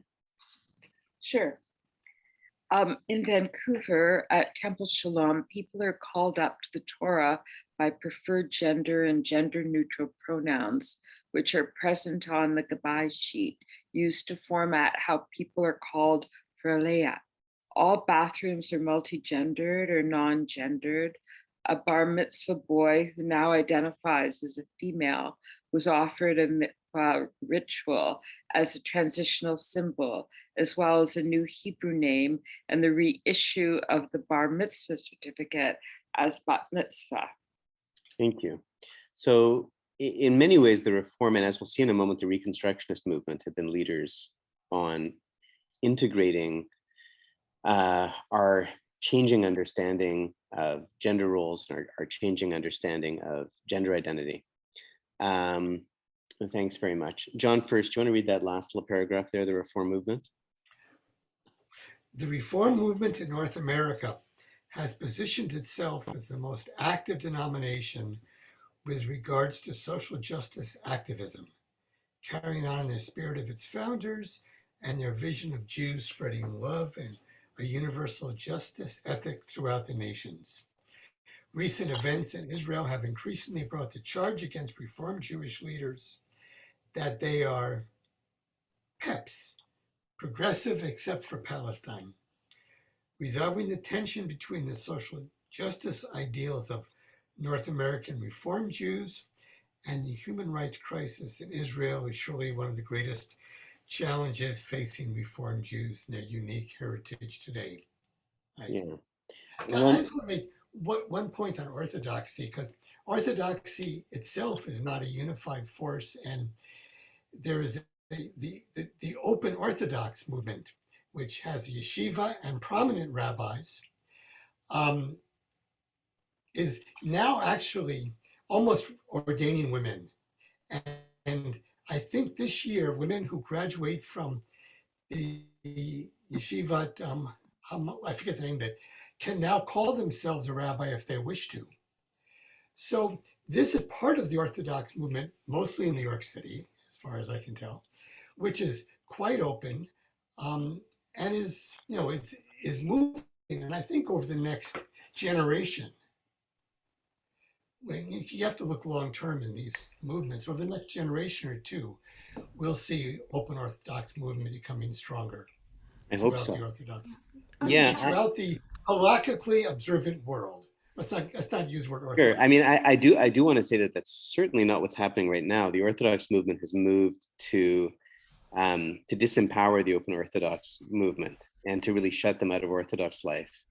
You know, I have a lot of friends in the open Orthodox movement, and their female rabbis are certainly not recognized by anybody else, or by almost nobody in the rest of the Orthodox world. And there really has been like a concerted attack, on the open Orthodox movement in the Orthodox press and all over the place. I mean, I just want to say, yes. I mean, I love the open Orthodox movement. Actually, I have a lot of friends involved in it, and I studied at Yeshivat Chavavei Torah in New York, which is their main wing. And I met with Avi Weiss, who was the original inspirer a number of times, and I really respect what they're doing, and I think it's wonderful.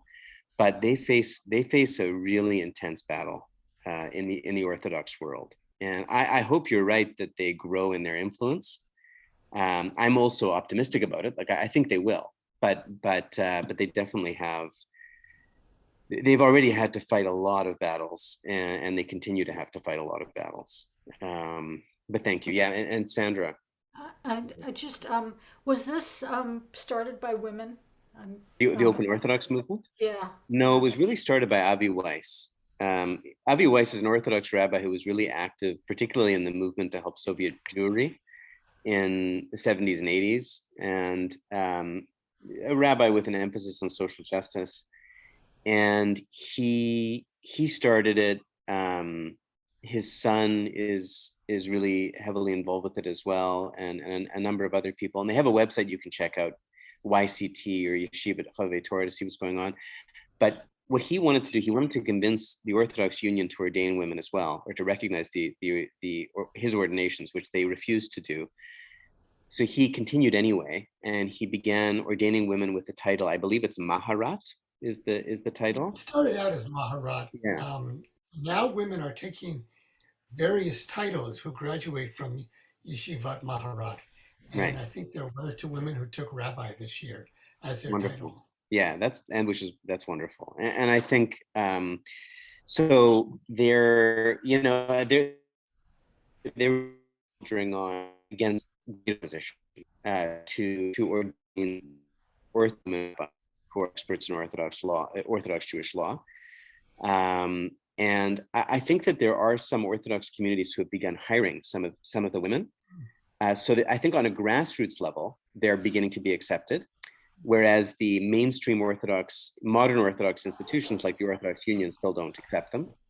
But on a grassroots level, they're infiltrating, right? They're infiltrating. So one can hope that eventually there'll be a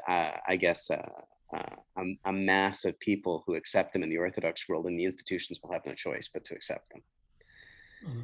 I think so. Yeah. Okay, so jumping into the conservative movement. Thank you. Claude, do you want to read under the conservative movement there? Yes, thanks. In 1883, Solomon Schechter, a Romanian Jew, was persuaded by Claude Montefiore, a fellow student at the newly founded Reform Hochschule für die Wissenschaft des Judentums in Berlin, to go to London as Montefiore's tutor in rabbinics. Schechter, the son of a Chabad Chassid, rapidly proved himself a great scholar, and in 1890 he was appointed to a post teaching Talmudics at Cambridge. There he became famous for bringing to Cambridge much of the huge archive of manuscripts from the Cairo Geniza, which provides such an important source of evidence for Judaism in the Middle Ages. It was from this scholarly academic background that Schechter was lured in 1902 to head the Jewish Theological Seminary of America. Thank you. I'm going to, because we're running out of time with my very ambitious notes here, I'm going to jump ahead a little bit and summarize. The Cairo Geniza was, a huge stash of buried Jewish texts in Cairo. Geniza is where you put sacred texts when you according to Jewish law, you can't throw them out, you can't burn them if they have the divine name on them. So you need to give them a burial. And the really lucky thing for scholars has been that all of these burials all over the world of ancient texts and Genizas have later been dug up and studied. And now we have all of these incredible information that we wouldn't otherwise have. And so Schechter was very important in the studying of what happened in the Cairo, what was available in the Cairo Geniza. So Schechter was looking for a path between Orthodox and Reform, as I say in the next paragraph. He wrote, "It is not the mere revealed Bible that is of first importance to the Jew, but the Bible as it repeats itself in history. In other words, as it is interpreted by tradition."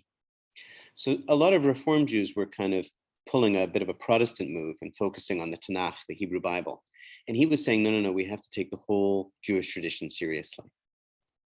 Now, moving to the next paragraph there, conservative Judaism in America in the mid-20th century had a distinct emphasis on slow change, which it still does, actually. The importance of Hebrew and of the land of Israel. Already in 1905, Schechter wrote about Zionism as the great bulwark against assimilation.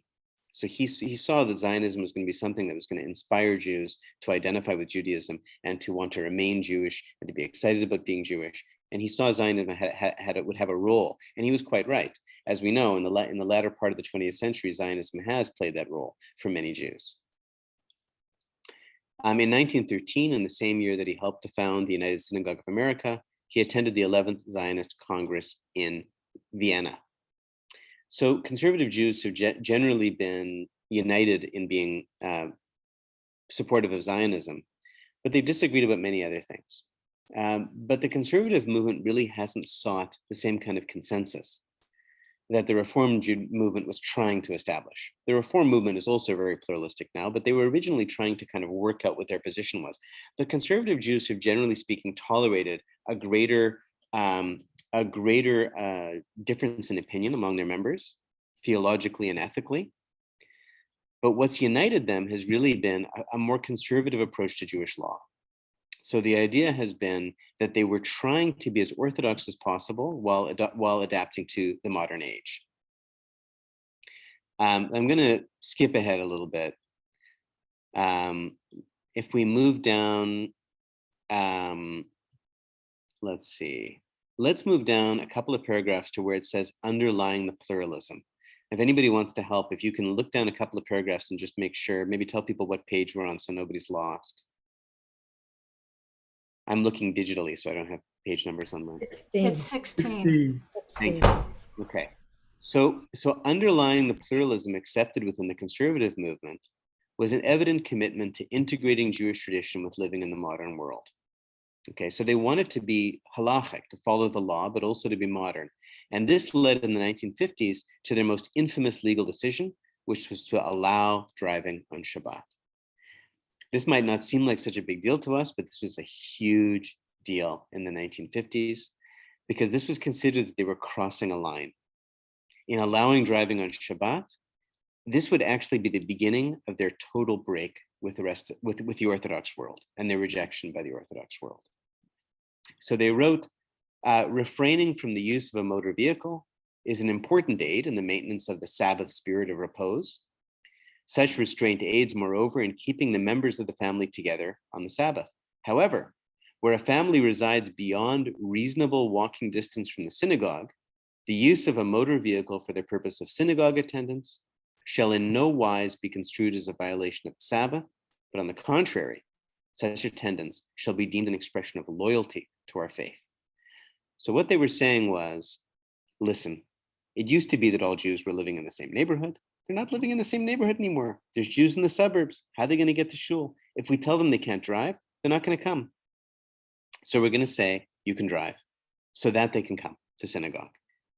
Some would argue this is an expression of realizing what's happening, that the Jewish community is changing, that they're living in big cities spread out in different suburban neighborhoods, and others would see it as a betrayal. The Orthodox saw it as a betrayal. So previous to the 1950s, the modern Orthodoxy and conservative rabbis were quite friendly. And I knew a number of conservative rabbis in the 80s and 90s who actually had Orthodox smicha. They had gone to an Orthodox, they had been trained by the Orthodox, but moved into the conservative movement because it was more liberal. But this friendliness is broken down more and more over time. The Carr ruling was the beginning. It was seen as a step too far for many. And it's still cited by some Orthodox Jews as evidence of the perfidy and dishonesty of conservative rabbis. I know because I've heard this from Orthodox rabbis who have said, look at the conservatives, you can't trust them. Look at the car thing, look at the way they ruled on cars, right? So it's still cited as an argument for the untrustworthiness of the conservative movement. So in the 1970s, the next paragraph, in the 1970s, the conservative and Orthodox movements began moving away from each other.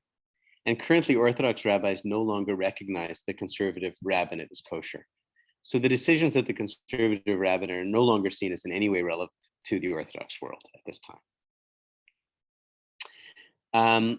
The conservative movement ordained its first woman rabbi in 1985. They have been slower to change their position on LGBTQT sexuality than Reform. In 1990, the Rabbinical Assembly's Committee on Jewish Law and Standards which sets halachic policy for the conservative movement, stated their desire to work for full and equal civil rights for gays and lesbians in our national life. Civil rights, not halachic rights. Nevertheless, the CJLS maintained a ban on homosexual conduct. The ordination of lesbian and homosexual peoples as rabbis was not allowed, and same-sex marriage unions was also not allowed until 2006, when positions began to change. In 2006, LGBTQ people were first admitted for rabbinical ordination. In 2012, the Israeli Masorti movement followed and agreed. The Israeli Masorti is the Israeli wing of the conservative movement. In 2012, the CJLS allowed same-sex marriages, with the UK Masorti movement following in 2014. A 2016 resolution called for Jewish institutions and government agencies to embrace the full equality of transgendered people. And this was a big deal. The 2016 statement was the first really full statement of LGBTQ acceptance in the conservative movement.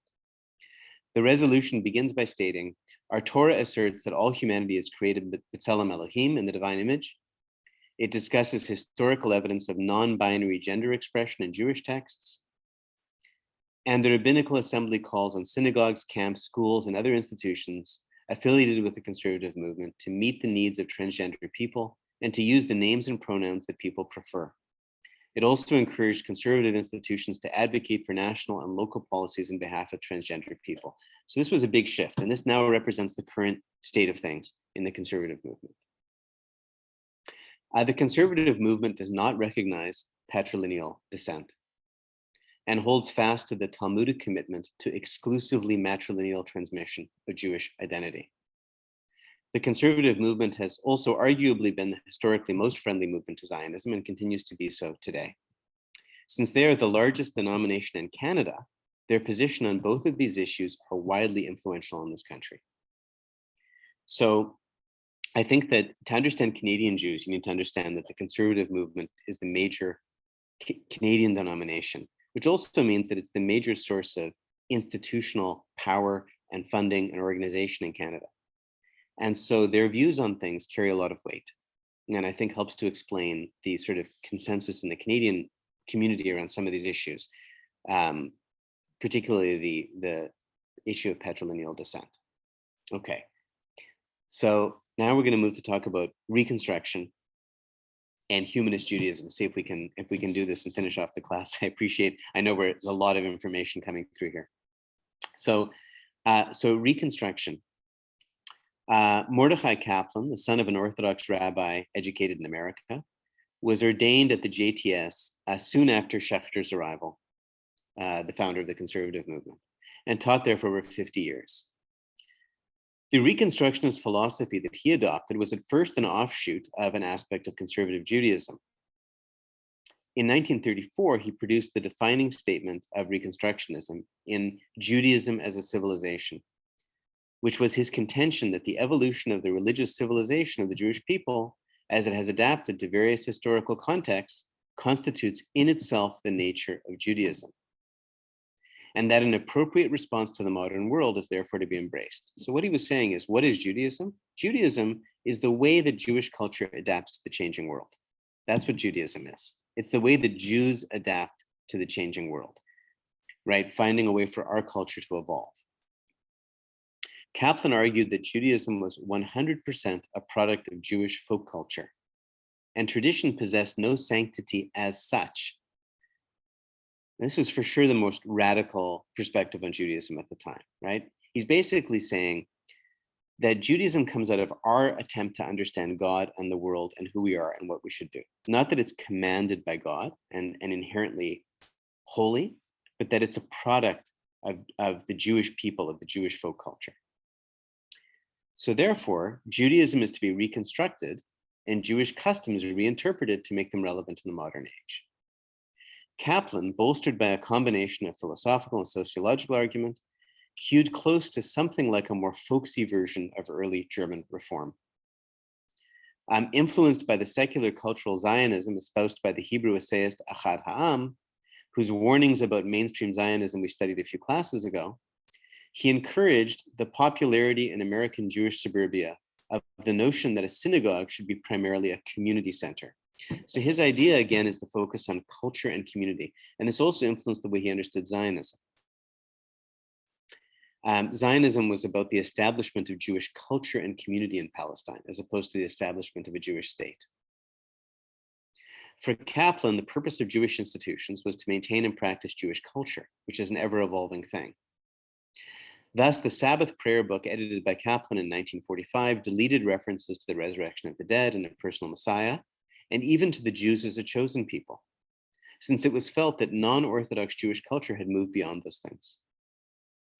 Reconstructionists have retained a strong emphasis on the need for Hebrew in prayer, though, out of concern for the preservation of culture, as well as the continued practice of rituals which are seen to convey the insights of previous generations, although such rituals may be changed on ethical grounds if the specific historical context of their origins is no longer seen to apply. So in other words, what Kaplan was saying was, ritual itself preserves information. So we should preserve ritual because ritual transmits information. However, if there's some ethical reason to change the ritual, then we should. So, an example would be if women not being counted as part of a minyan. There's a ritual around a minyan, right? And that the ritual of the minyan conveys certain values, right? However, there's now an ethical problem with only counting men. So therefore we should count women as well, right? That would be the very simple, one very simple example of the argument. So that means really, and some people I've always found this very threatening about Reconstruction, that everything is open to change. Everything is open to an analysis of what its purpose is and then changing its form. And that would include even the most sacred, there really is no sacred thing. So even with, for instance, with bris, with having a bris, right? Even that, if we were to really find as a community that there was an ethical problem with boys having a bris, then even that could be changed, which is something that for most Jews is not comprehensible, right? So Kaplan was a supporter of cultural Zionism. In other words, so Charles just said that Orthodox rabbis burned Kaplan's Siddur in the late 1940s. I'm sure that they did. Thank you. Yeah. Kaplan was a supporter of cultural Zionism, the creation of a cultural center for Jews in Palestine. He argued that Jews should live in a cooperative commonwealth with Arabs and was not interested in a Jewish military state. Hence, in 1948, the major Reconstructionist magazine celebrating Israeli independence nevertheless warned, the state of Israel does not coincide with the Jewish people, neither is it coextensive with the whole of Jewry. We Jews have to maintain our historic position that a state is not the supreme form of human association. Very interesting. Only those who are actively united for the furtherance of universal freedom, justice, and peace, whether they be few or many, constitute the supreme form of human association. So in other words, whatever forms of community authentically embody Jewish values, that's the supreme form of human association, not the state. The state doesn't have that inherent form. The Reconstructionist movement has been the only Jewish denomination to oppose the occupation of Gaza and the West Bank since 1967. Kaplan's Society for the Advancement of Judaism, founded in 1922, gave birth in 1955 to the Jewish Reconstructionist Federation. And since 1968, it has funded its own Reconstructionist Rabbinical College in Pennsylvania, which is still the case. So moving ahead a little bit to the discussion of women and LGBTQ in the different denominations, in the next paragraph, since 1985, the Reconstructionist Rabbinical College has admitted openly gay, bisexual, and lesbian candidates. The RRA encourages its members to officiate at same-sex marriages and commitment ceremonies, though the RRA does not require it. In 2007, the Reconstructionist Rabbinical Association elected as president Rabbi Toba Spitzer, the first openly LGBT person chosen to head a rabbinical association in the US.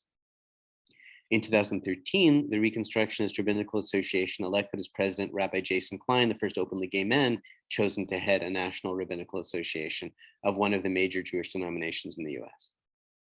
In 2013, Rabbi Deborah Waxman was elected as the president of the RRC. As the president, she is believed to be the first woman and first lesbian to lead a Jewish congregational union, and the first female rabbi and first lesbian to lead a Jewish seminary. So the Reconstructionists have consistently been manifesting firsts in terms of empowering women and also LGBTQ people to positions of authority in the Jewish community. Reconstructionist Jews accept patrilineal descent. Generally speaking, Reconstructionists in the US and Canada are on the left of most issues. Hence, recent classes offered by the Reconstructionist movement in Ottawa include classes like Reconstructionism Without Zionism and Decolonizing Jewish Liturgy. Okay, and finally we get to our last, humanistic Judaism. I think we're actually going to make it before the end of the class. I apologize to anyone who feels pummeled by our huge historical survey tonight. Humanistic Judaism is a movement in Judaism that offers a non-theistic interpretation of Jewish life, going one step further than Reconstructionism. In its current form, humanistic Judaism was founded in 1963 by Rabbi Sherwin Wein. As a rabbi trained in Reform Judaism, with a small secular non-theistic congregation in Michigan, Wein developed a Jewish liturgy that reflected his congregation's philosophical viewpoint by emphasizing Jewish culture, history, and identity, along with humanistic ethics, while excluding all prayers and references to God, surely a first in Jewish history. So this is a synagogue with a full liturgy and full ritual life, which intentionally excludes God. A Jew is someone who identifies with the history, culture, and future of the Jewish people. Judaism is the historic culture of the Jewish people, and religion is only one part of that culture. Jewish identity is best preserved in a free, pluralistic environment. People possess the power and responsibility to shape their own lives, independent of supernatural authority. Ethics and morality should serve human needs, and choices should be based upon consideration of the consequences of actions rather than preordained rules or commandments. That's a little, those are the actual, bullet points from Sherwin Wein. Jewish history, like all history, is a testament to the significance of human power and human responsibility. Biblical and other traditional texts are the products of human activity and are best understood through archaeology and other scientific analysis as opposed to through religious traditions and religious texts. The freedom and dignity of the Jewish people must go hand in hand with the freedom and dignity of every human being. Humanist Judaism's first rabbi was a woman, Tamara Colton, who was ordained in 1999. In 2004, the Society for Humanistic Judaism issued a resolution supporting, quote, the legal recognition of marriage and divorce between adults of the same sex, and affirming, quote, the value of marriage between any two committed adults with the sense of obligations, responsibilities, and consequences thereof. In 2010, they pledged to speak out against homophobic bullying. The Association of Humanistic Rabbis has also issued a pro-LGBT statement titled In Support of Diverse Sexualities and Gender Identities. It was adopted in 2003 and issued in 2004. So we can see that there's been a very strong movement, in the Reform movement, in the Reconstructionist movement, in the Humanist movement, to egalitarianism and to pro-LGBTQ stance. The conservative movement has been slower to adopt those stances, but it has ultimately joined the majority of the Jewish community in adopting those stances. And all of this is going to be a bit of a precursor to talking about the role of Jewish renewal in the 20th century, which we're going to get to. Jewish renewal, of course, confusingly to many, is not a denomination. It refuses to define itself as a denomination. So I haven't included it here as a denomination. It is Jewish renewal says that it is a movement which can exist within or apart from the other denominations. So we're going to get to the important role of Jewish renewal in the story of 20th century Judaism to come, but we're sort of laying the groundwork here. So in the few minutes that we have left, I apologize there hasn't been much time for Q&A in this very information heavy class, but has anybody got a comment or a question they'd like to ask? Yeah, Louise, please go ahead. Thank you. It's ill-formed, and it's both a comment and it's more a question. It's hard to figure out what then is Jewish. Like I don't know what holds us all together.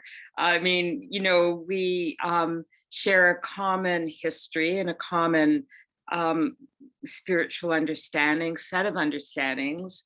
I mean, we've got a kind of an ethical framework that seems kind of almost genetic. I mean, it's not definitely belief oriented. It seems like we're right clear across the spectrums.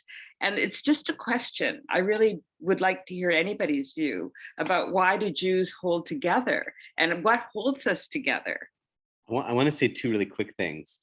You know, there's actually a joke that, you know, what holds Jews together is trying to figure out what holds Jews together. I just wanted to throw that in there. But, you know, I want to try to give like a bit of a quick, sort of more serious answer, I guess, because I think that there's two things, and many people would for sure disagree with me or prefer many other definitions, but I really think that Jews are a tribe.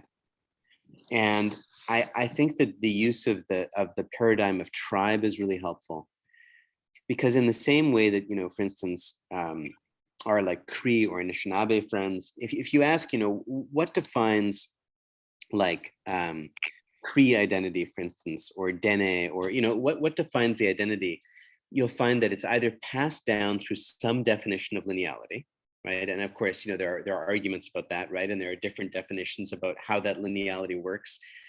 But it's passed down through some transmission through parentage in some way, right? Or through initiation into the tribe, you know? And I feel like that just maps so well onto Judaism, because that's also the way we define it. It's either through lineality or it's through initiation.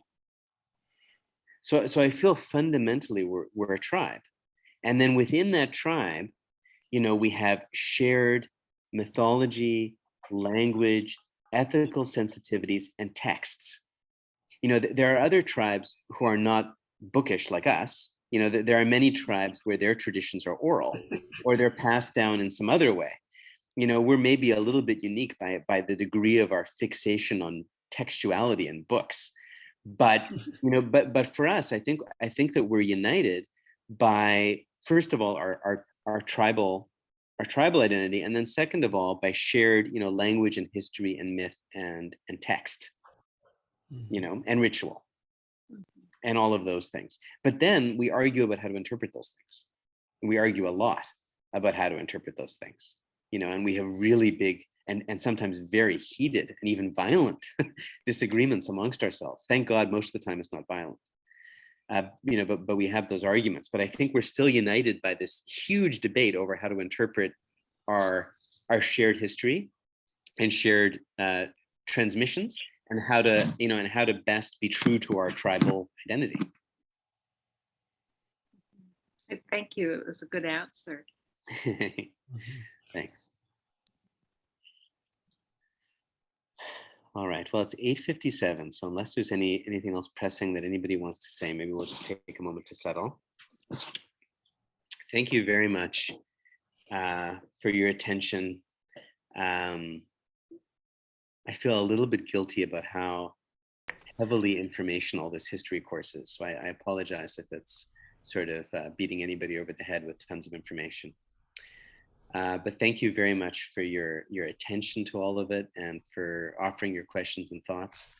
I hope that as we move into the next two classes and as we talk about our history of Jewish renewal, we'll have I'm going to try to set it up so we have a little bit more space for people to jump in with their own stories and thoughts and questions about that, because this is something which is something that we all share, whether we've been really involved in the Jewish renewal community or whether we're just joining as a learner and don't feel that identified with it. You know, either way, it's sort of part of our current shared communal experience. So I look forward to that, and thanks everybody for your attention and your discussion. And I'll look very much forward to seeing you next week when we continue the adventure. Thank you, Matthew. Thank you. Thanks, everybody. Thank you. Thank you. Good night. Thank you.